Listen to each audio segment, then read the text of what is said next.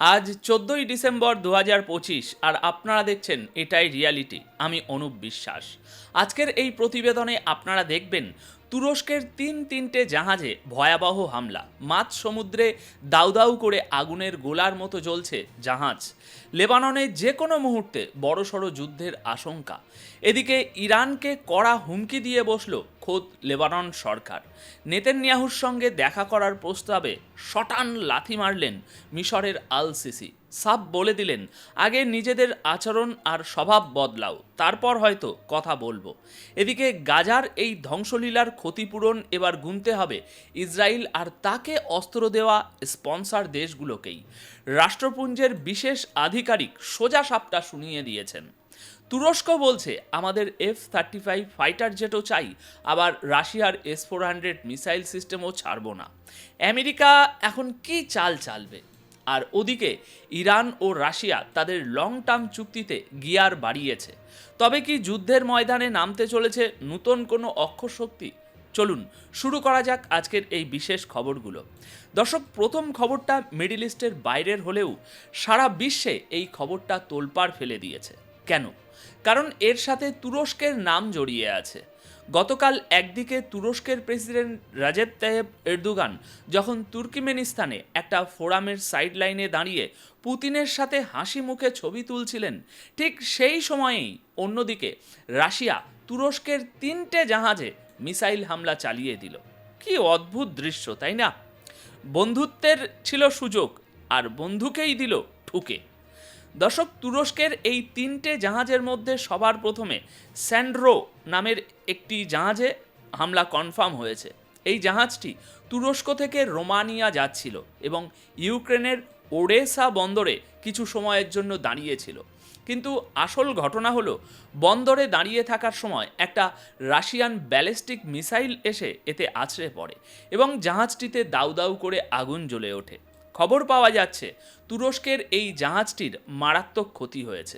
ওদিকে ইউক্রেনের deputy prime minister Oleksiy কুলেবা জানিয়েছেন, রাশিয়া ওডেসা রিজনের দুটো বড় বন্দরে হামলা চালিয়েছে। সেই সময়েই একটা টার্কিশ জাহাজ হিট হয় এবং অন্তত একজন জখম হন। ইউক্রেনিয়ান নেভির মুখপাত্র তো এটাও বলে দিয়েছেন যে তুরস্কের মালিকাধীন একটা নয়, বরং তিনটে বড় জাহাজ এই অ্যাটাকে ড্যামেজ হয়েছে। এই হামলার পর এবার তুরস্কও মুখ খুলছে। তুরস্ক বিবৃতি দিয়ে বলেছে, রাশিয়া ইউক্রেন যুদ্ধ অবিলম্বে থামানো উচিত, কারণ এই তাজা হামলা প্রমাণ করেছে যে ব্ল্যাক সির নিরাপত্তা কতটা বিপদের মুখে।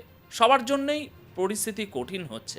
রাশিয়া ইউক্রেন যুদ্ধে যেই কারো বন্দরে ভিড়ছে তাকেই ঠুকে দেয়া হচ্ছে। দর্শক, এবার আসি পরের খবরে। এটা খুবই গুরুত্বপূর্ণ। লেবাননে যে কোনো সময় বড় যুদ্ধ বেঁধে যেতে পারে। চারিদিকে একটা ভয়ের পরিবেশ। এই খবরটা খুব মনোযোগ দিয়ে শুনবেন, কারণ এটা আগের সব সতর্কবার্তা থেকে আলাদা। লেবানন ইসরায়েলের বদলে উল্টে ইরানকেই কেন বড় হুমকি দিয়ে বসলো? খুব ইন্টারেস্টিং ব্যাপারটা। দর্শক, ইরানে টেনশন হাই। লেবাননের বিদেশমন্ত্রী ইউসুফ রাজি পরিষ্কার বলেছেন যে বেইরুত আন্তর্জাতিক সোর্স থেকে সরাসরি ওয়ার্নিং পেয়েছে যে ইসরায়েল লেবাননের উপর বড়সড় একটা মিলিটারি অ্যাটাক বা সামরিক হামলার প্রস্তুতি নিচ্ছে। আপনাদের মনে করিয়ে দিই এখানে, এই সপ্তাহেই আমেরিকা আর ইসরায়েলের নেভি বড়সড় মহড়া একটা করেছে। লেবাননের একটা বড় অংশ সমুদ্র দিয়ে ঘেরা। এখানে কেন ড্রিল করা হলো তা আমার জানা নেই। লেবানিজ মিনিস্টারের মতে বেইরুত এখন চারিদিকে কূটনৈতিক যোগাযোগ বাড়াচ্ছে, যাতে লেবানন এবং তাদের গুরুত্বপূর্ণ স্থাপনাগুলো যে কোনো সম্ভাব্য হামলা থেকে রক্ষা পায়। ওদিকে ইসরায়েলের সরকারি চ্যানেল কান নিউজ আরও বড় একটা কথা বলছে। তারা বলছে, ইসরায়েলি সেনাবাহিনী গত কয়েক সপ্তাহে হিজবুল্লাহর ঘাঁটিতে ব্যাপক হামলার জন্য পুরোপুরি প্রস্তুতি নিয়ে ফেলেছে এবং ইসরায়েল আমেরিকাকে এটাও মেসেজ দিয়ে দিয়েছে যে যদি 2025 সালের শেষ পর্যন্ত হিজবুল্লাহর অস্ত্র ধ্বংস করা না হয় বা স্যারেন্ডার না করানো হয়, তবে ইসরায়েল হিজবুল্লাহর বিরুদ্ধে নিজেই অ্যাকশান নেবে। তাতে যদি কিছুদিনের জন্য যুদ্ধও বেঁধে যায়, তাতেও তারা পরোয়া করে না। অর্থাৎ ইসরায়েলি মিডিয়া বলছে তারা যুদ্ধের জন্য ফুল রেডি। লেবাননের মন্ত্রী এটাও ক্লিয়ার করেছেন যে এখন যে মেকানিজম কমিটির বৈঠক চলছে সেটাকে যেন ইসরায়েলের সাথে কোনো নেগোসিয়েশন বা আপোষ আলোচনা না ভাবা হয়। এই কমিটি 2024-এর সিজ ফায়ার এগ্রিমেন্ট বা যুদ্ধবিরতি চুক্তির অধীনে তৈরি হয়েছিল। এতে লেবানন, ফ্রান্স, ইসরায়েল, আমেরিকা আর ইউনিফল আছে। এর কাজ শুধু দেখা যে যুদ্ধবিরতি ঠিকঠাক মানা হচ্ছে কিনা। আমরা কোনো দরাদরি করছি না, কিছু দিচ্ছিও না, নিচ্ছিও না। লেবানন শুধু চায় যুদ্ধবিরতি চুক্তিতে ফিরে যেতে, কারণ স্থায়ী শান্তির চুক্তি এখন অনেক দূর। তাই আপাতত টেম্পোরারি শান্তি সই। লেবাননের মন্ত্রী হিজবুল্লাহর ওপরও খোলাখুলি মন্তব্য করেছেন।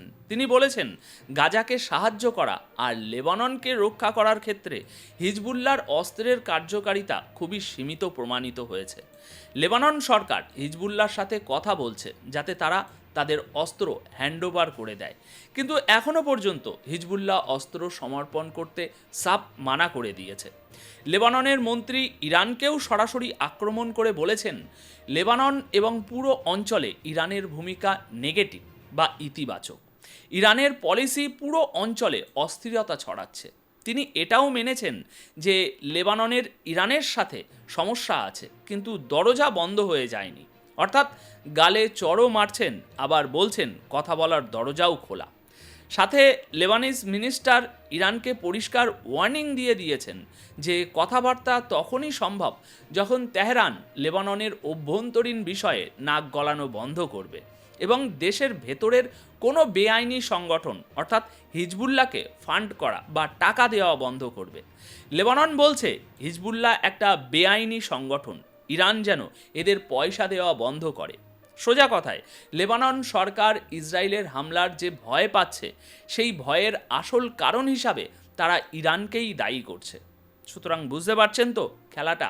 আসুন পরবর্তী খবরের দিকে এগিয়ে যাই। মিশরের প্রেসিডেন্ট ফাতে আল সিসি পরিষ্কার জানিয়ে দিয়েছেন যে নেতানিয়াহুর সঙ্গে দেখা করার কোনো প্ল্যান তার নেই, আর যতক্ষণ না ইসরায়েল মিশরের প্রতি তাদের আচরণ বদলাচ্ছে ততক্ষণ মিটিং করার কথা ভাববেনও না। আসলে গতকাল একটা খবর এসেছে যে নেতানিয়াহু মিশরে গিয়ে একটা বড় ডিল করার প্ল্যান করছেন, যাচ্ছেন না, প্ল্যান করছেন, আর সেখানে হয়তো আল সিসির সাথেও দেখা করবেন। এই খবরের জবাবেই সিসির পক্ষ থেকে নেতানিয়াহুকে সোজা নো থ্যাংক ইউ প্লিজ বলে দেয়া হয়েছে, মানে না না এসো না, আর এলেও দেখা করব না।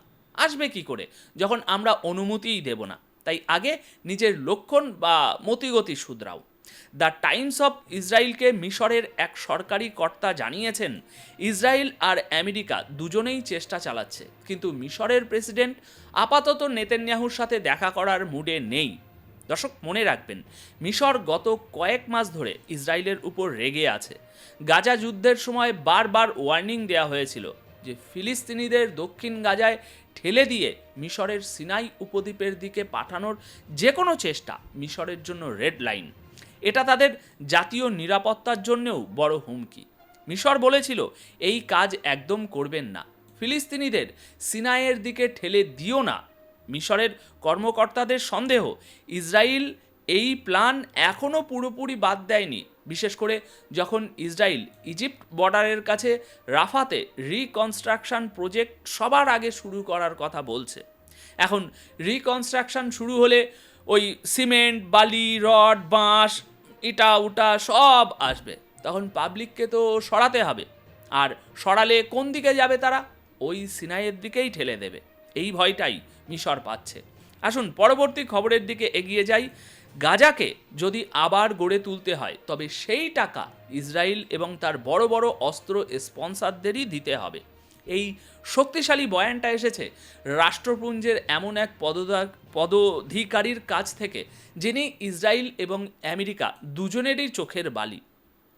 লন্ডনে এক প্রোগ্রামে ইউনাইটেড নেশনসের স্পেশাল রিপোর্টার ফ্রান্সেসকো আলবানিজ সাফ বলে দিয়েছেন, গাজার এই ধ্বংসলীলার হিসাব ইসরায়েল এবং তার বড় সমর্থকদের চোকাতে হবে।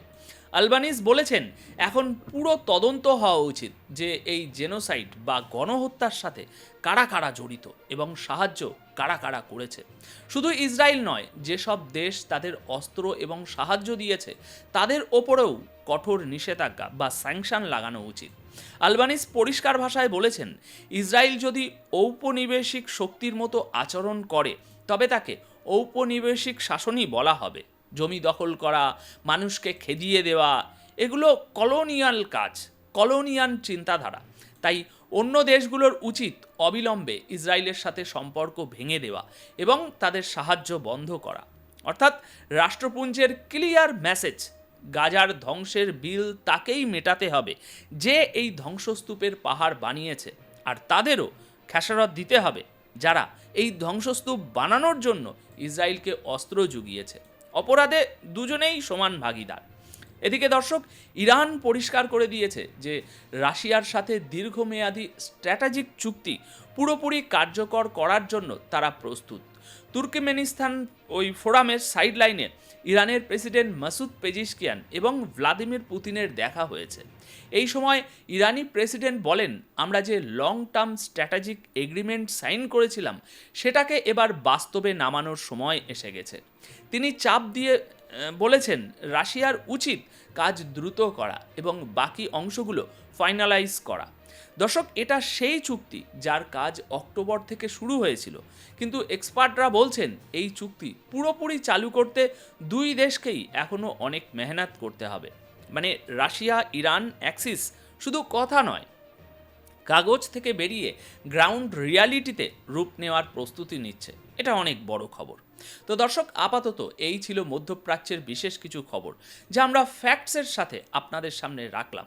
আশা করি আপনাদের ভালো লেগেছে। অনেক অনেক ধন্যবাদ। ভালো থাকবেন, সুস্থ থাকবেন।